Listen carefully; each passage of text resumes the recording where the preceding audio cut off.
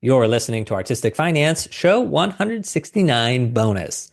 On today's show, we talk with Emily Malone, head of live events at Disguise, known for hardware and software for events and installations like the Sphere in Las Vegas. We discuss determining rates, saving for overhead, saving for retirement, and benefits of networking. We also discussed the Vegas Sphere, Adele's Munich show, and Philadelphia cream cheese, but only if you're listening closely. This episode is with Ellen from LDI as we lead up to the conference and our live recording there. If you are available and you can get to Vegas, I can't tell you how awesome it would be to have you sit in on the recording. It is December 8th at 11 a.m. And when you register at ldishow.com, use the code Artistic Finance, all one word, all caps, for a free Expo Hall pass. Links to everything we discuss is in the show notes or at artisticfinance.com/169 bonus. Without further ado, let's get to the show.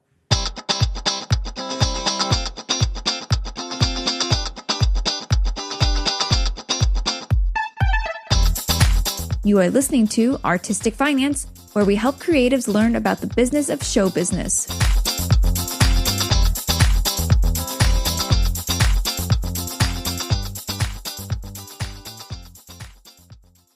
Welcome and thank you for listening. I'm your host, Ethan Steimel, broadcasting out of Lake St. Louis, Missouri.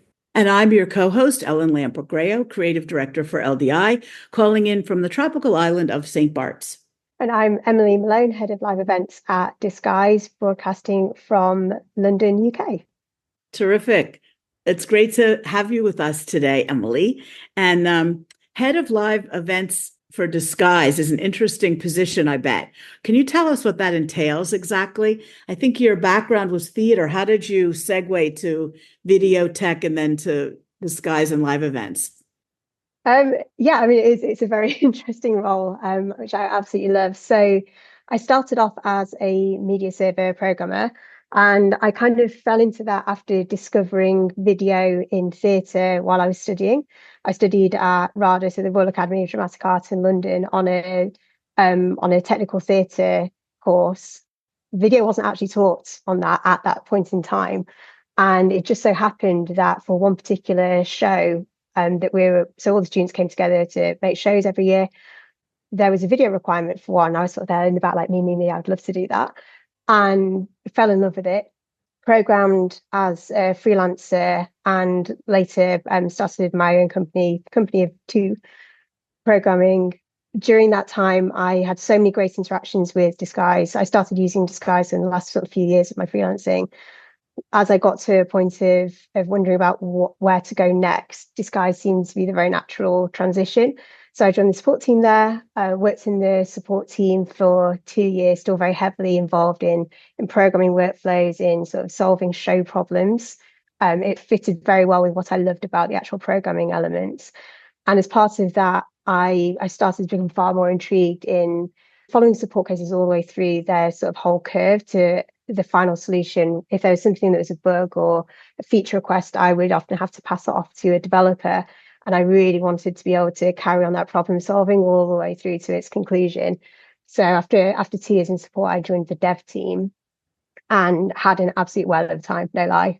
It was brilliant being able to kind of like roll your sleeves up, get into the code and go, okay, here's what we tweak. This is how to elevate this workflow this a little bit more and buy people back a little bit of time in this. If they click something 50 times in a day, how can we make it 20 times? How can we make that workflow a little bit faster?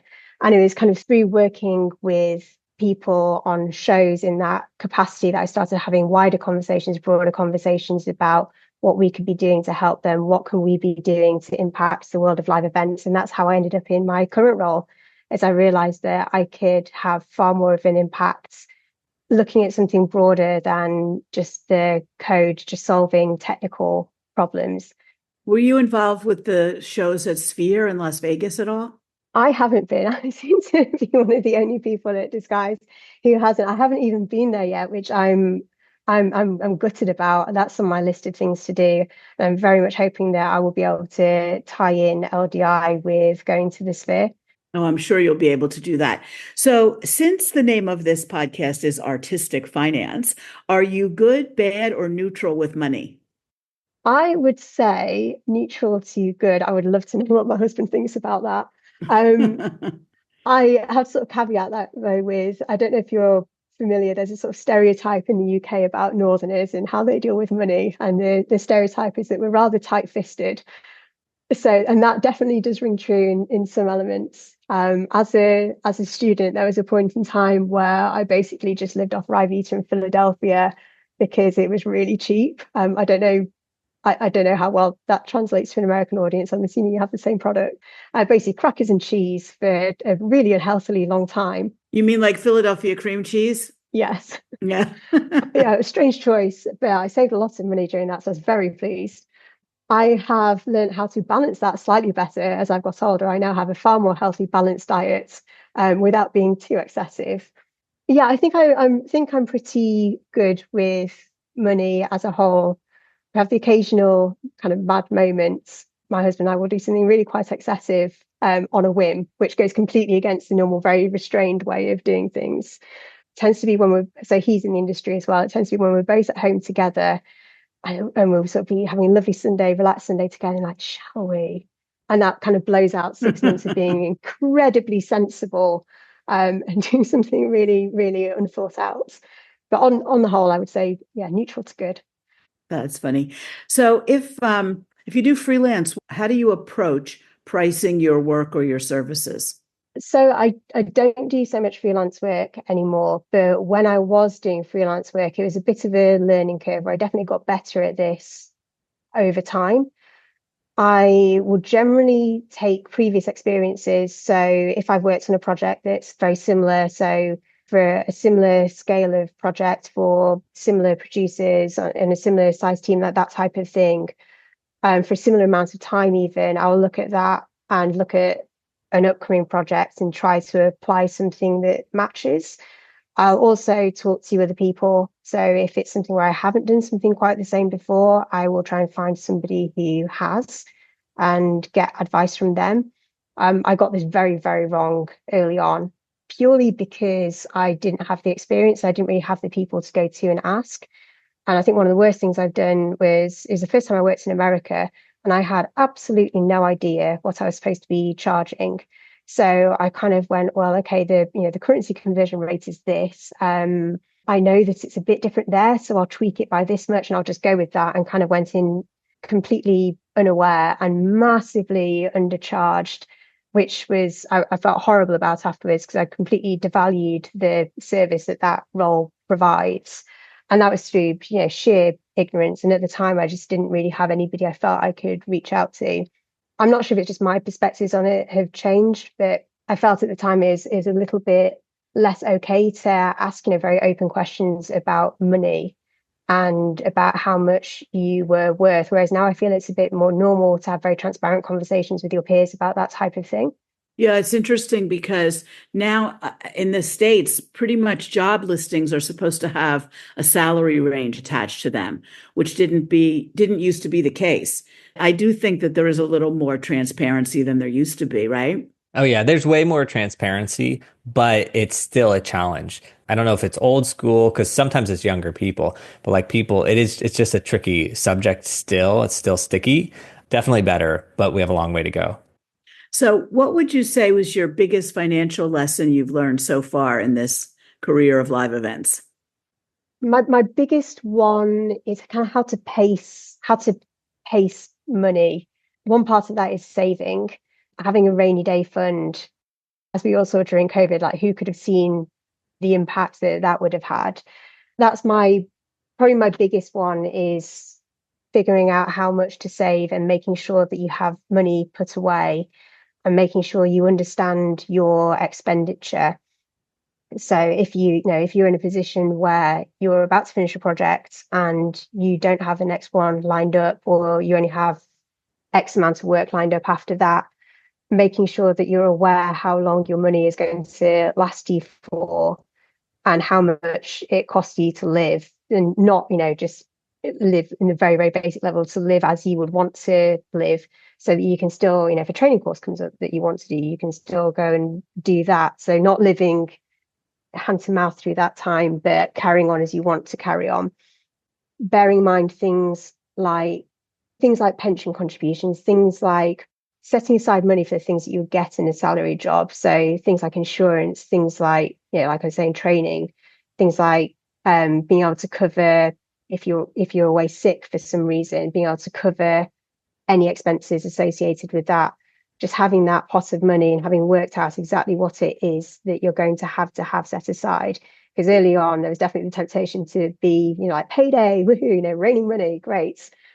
And having not thought about those things, and having not thought about how much you need to set aside for the tax man, that's something I certainly got a lot better at over time, is trying to kind of smooth out the peaks and the troughs of, there's a payday in 4 weeks when this project comes to an end, or there's a payday in 2 weeks, and trying to put everything into one account, knowing that a certain proportion of that needs to get set aside for tax, knowing a certain proportion needs to get set aside for life, and going, okay, so now this is the amount that I have left to play with, and paying myself out of that a fairly regular amount, so that my account balance didn't fluctuate hugely and I could better plan that way.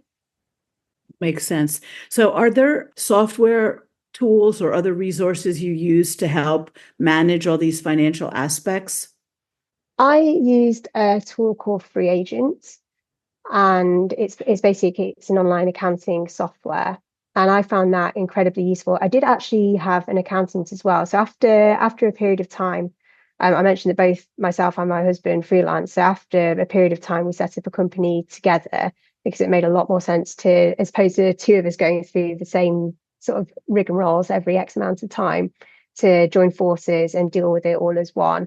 And as part of that, we had an accountant who specialized in the industry, and we used this Free Agent tool as well. And I really enjoyed having that combination, because the accountant gave us somebody that we could go speak to if we had any questions, and somebody who could explain things that might have been a bit opaque or that we just didn't really understand. And then I really liked having Free Agents as well, because it gave me the hands-on control that meant I was very aware of my financial health and my financial situation.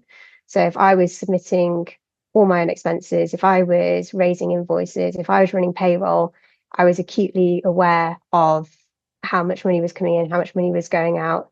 And I found that a really nice way of staying in control and making sure I was always very in control.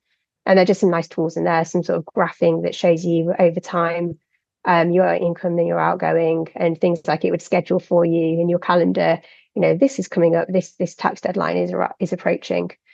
So just little things like that I found made it easy to keep on top of something that's kind of looming in the background. But when you're very head down in projects, it can be very easy to put the blinkers on and forget about. And is that just for your work, or is it like your personal and work and everything combined? For that, it was just for my work. I dabbled with a few different tools to try and manage my personal finances, and to be honest, I've never really found one that lasts. There was one I unfortunately can't remember what it's called. There was one that I did like for a little while, but that went away. It died a death for some unknown reason. And then I never really found a replacement that I was happy with, for the amount of data entry that you have to do to kind of do all the categorization and paint the picture that you want to see. It was never really worth it for the value I got back. Yeah. And then is Free Agent something you don't use anymore now that you're with Disguise?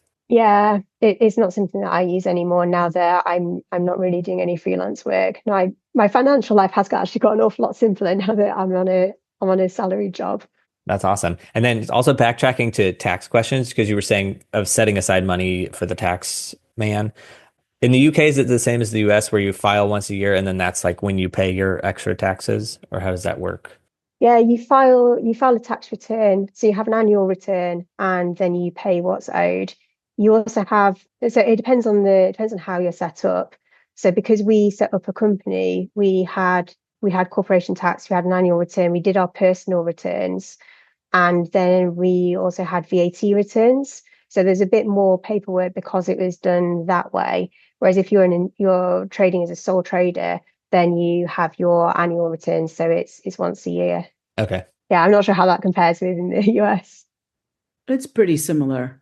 It's complicated if you're a freelancer, especially people who work in a lot of different states in the United States have a lot of things to juggle at the end of the year. So Oh, wow. Yeah. it can get complicated, but Yeah, that's one thing that's a lot simpler in the UK then. yeah. Has networking and relationship building impacted your financial and career growth? Yes. This industry is so intertwined. So I think it would be impossible for those things not to have an impact. Networking to a certain extent, whether you do it intentionally or unintentionally, everywhere you go, everybody you meet, there's a potential there for new working relationships, to learn something new, whether it might lead to another job, whether it might lead to you improving your knowledge of the industry. It might even sometimes improve your knowledge of what you should be charging. I've had some great conversations with people that I haven't expected to have, where I've discovered something about how maybe the pay scales within one department versus another department. That's just something that I wouldn't have been aware of before without having fairly sort of like off the cuff conversations. I think all that ties into openness and transparency and how it's helpful to everybody.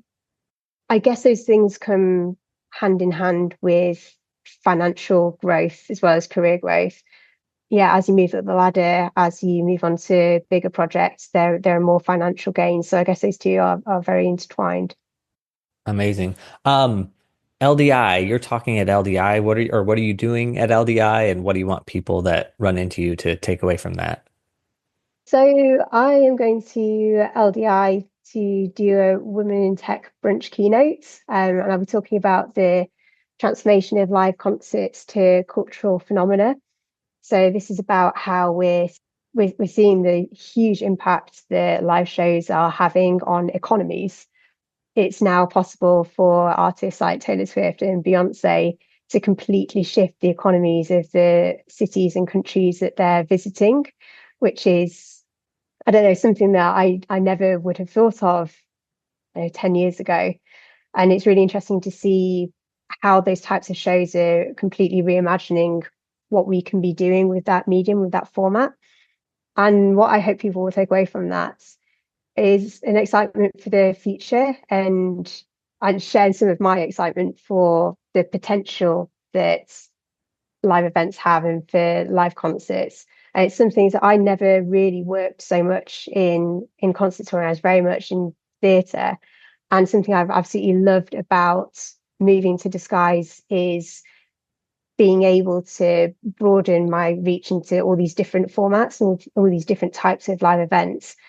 And it's so exciting to see how they interplay with one another and to see the development, both the creative development, the technical development, how those kind of feed off each other, and to see sort of the horizons expanding. Yeah, it's amazing too, like that big recent theater that they built in Munich for Adele. And there's another one coming up that Live Nation is going to do. And it's really taking things even out of the existing stadiums and arenas into these new purpose-built, bespoke venues. It is amazing what can be achieved and how quickly it can be achieved as well. I was lucky enough to go to the concert in Munich, and it was just an unbelievable experience to be in that venue with that many people. I know it's not just about scale, the artistry with which that concert was executed was incredible, but you were in Adele world. The bespoke stadium, the bespoke LED that you just wouldn't be able to accomplish anywhere else came together to create this beautifully cohesive. It was an experience. Yeah, it wasn't a show, it was an experience. And there's something really remarkable about sharing that with 80,000 other people, which is just a mind-blowing number. And you're aware of that, but you're not aware of that because you are so all encompassed in the performance. And the size of the screens alone is mind-boggling, right? Yeah, absolutely mind-boggling. It's 200, I believe it's 220 meters long and 20 meters high. I can't work out what that is in feet, but big. 60 feet tall and 600 feet long. Is that right? Right. Yeah, something like that. It's very big. Almost 60 feet high. That's wild. And also the other thing is it went up and got struck so quickly because not that I was thinking about going to Germany to see it, but then I was like seeing an article that it was being struck or something, and I was like, how'd that happen so quickly? Such a massive thing.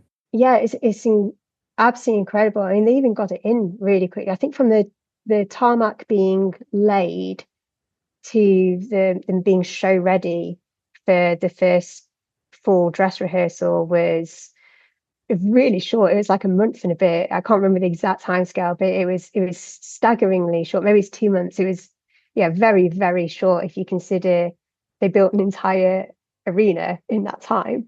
That's everything from, like cables being laid, all the stands being erected, everything. That's amazing. I mean, that's like Cirque du Soleil like process, only theirs are tense. Right. I mean, this one just seems like so much bigger. Yeah, bigger and high tech. Emily, LDI, other than going to LDI for your session and hopefully seeing the sphere while you're there, what are you most excited about doing while you're there? It's the networking part I'm really excited about. I'm really excited to see people. It's such a great opportunity, such a wonderful confluence of many, many people from different backgrounds. And being able to see that many people in such a short amount of time, I'm really excited about. There are going to be people there who I either haven't seen in a long time. There'll be people there that I've never met before. People there that I've spoken to in writing, or I've met virtually, that I haven't had the opportunity to meet face to face. I'm really looking forward to seeing the people who are going to be there. And there's some of the other speakers as well. I'm hoping to catch. It looks like there are some great other keynotes and panels going on. So really looking forward to catching some of those. Amazing. All right. Well, Emily, this was awesome. Thank you for giving us your time. Oh, thank you so much for having me. And we look forward to seeing you at LDI. That'll be very exciting. Very much looking forward to seeing you. I can't wait to hear your keynote and to see you there. Thank you. Brilliant. Thank you both. That's it for this episode. My takeaways are we talk about freelancers a lot on this show, probably because I'm a freelancer and I tend to talk to a lot of designers who tend to be freelancers. Even ones with studios are freelancers, just on a larger scale. So sort of like Emily mentioned, she did have a company of two when she was a freelancer. And I'm bringing this up because Emily works for Disguise now full time. She freelanced for a decade as a media server programmer and then moved into a full-time job with the company that makes those media servers. Now, I'm mentioning this because there are actually plenty of full-time jobs available in live events and in the arts, and you can sort of do both if you want. You can freelance and full-time. Whatever you want, there's something out there that fits that bill. Philadelphia cream cheese. I'm sort of craving it right now. That's my only takeaway. I just love that that got brought up. Charging fees by using past experiences, meaning making a judgment call based on the scale and scope of the current job by looking at other jobs that she had done. And the one time that she wasn't happy with what she charged was when she went into a new, at least new to her, market and undercharged. And tied into that, she mentioned that it's easier now to discuss money than it was years ago. So that's just a reminder that if you have a finance question or you're unsure, just ask the people around you or email me. But it's okay to ask the questions, and we want you to ask the questions. I want you to ask them. You want to ask them. Anyway, we can talk about it. You don't have to do it publicly like on this show, but you can do it and you should do it. Saving for a rainy day and knowing how much money you need to live between gigs, and not just basic living expenses, but enough money where if a training course comes up, you can go pay for it. That reminds me about June Abernathy, the Spotlight supervisor, who mentioned that saving for retirement is a necessity, not a luxury. And it's the same with this, saving for the rainy days, not just the minimum, but what you actually would need to live for a certain amount of rainy days. Connected to that, saving for retirement at the same rate that people in corporate jobs do. So in Those jobs, the company has options to onboard you into a retirement savings. But as a gig worker, you have to make sure that you're saving that percentage for yourself. And insurance, both health insurance and liability or gear protection insurance, and sick pay for when you inevitably get sick and can't complete a job. So those are all baked into corporate jobs, but you need to set aside income to cover those expenses. Oh, and taxes. I forgot about that. So paying yourself for retirement and savings and then taxes and then overhead, it all has to be done. But the important thing is yourself first. Emily said that in all that she got better with time and she got more consistent with setting aside money and paying herself first fairly regularly. So that way the account balance wasn't fluctuating so much if she randomly pulled out chunks of it as things came up. It's always easier if you set up a system and if you do it consistently and automatically. I always love automation. So yeah, do it. Free Agent, that's online accounting software. Emily also used an accountant when her husband and her set up a company together. The accountant worked to set it up, but Emily also used Free Agent. That was the best of both worlds because there was somebody to talk to when you needed to, but software that helped organize and ping about deadlines for all the business accounting that Emily could do herself. Now, I checked out the website and it looks like a very convenient program. I've pasted a link to it in the show notes. And my final takeaway, networking is happening everywhere you go. Whether you do it intentionally or unintentionally, you are still networking. Emily pointed out that not just about getting the next job, but it can inform things about what you're charging. And in the example Emily gave, it was learning that pay scales were different between different departments at the same company. So that's an argument for networking even when you have a full-time gig. That's it for my takeaways. Since Emily is based in London, I'd love to give a shout out to our UK listeners. Now, from the download tracker, I'd estimate there's about 10 of you. I hope everything is doing brilliantly over there. Specifically, I'd like to give a shout out to our only patron outside of the USA, and that is Andy Lowe over in London. Andy, you rock, and I hope you're doing well because I haven't talked to you since Theo was born. So anyway, thank you, Andy. If you're listening and you like the work we're doing on the show and you want to help produce it, please join up as a patron. Just some numbers for context. If I send an episode out for editing, it costs $115 for an hour-long episode. So right now, after Patreon fees, etc., I'm able to send out 2 episodes per month for editing. That is thanks to patrons like you who are helping me do the work. So if you are able to support, that's the best way to do it at patreon.com/artisticfinance. And here's a challenge for any listeners from either Canada or Australia. Those are the next biggest listener bases outside the UK. So if you're listening from up north or from down under, I would love for you to be our first patron from those countries. And simultaneously, you would be the second international patron. So no rush or pressure, but you can sign up at patreon.com/artisticfinance. The dad joke to end the episode: saving and charging market rate to cover your overhead is a lot like working with media servers. If you don't plan for it, things might just crash. And no one benefits from a financial blackout. That's it for today. Until next time, break a leg.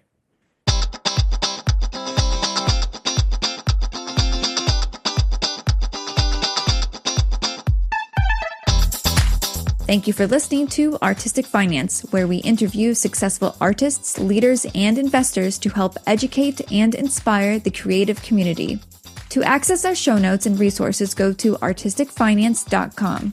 This show is for entertainment purposes only. Before making any decision, consult a professional. This show is copyrighted by Artistic Finance. Written permission must be granted before syndication or rebroadcasting.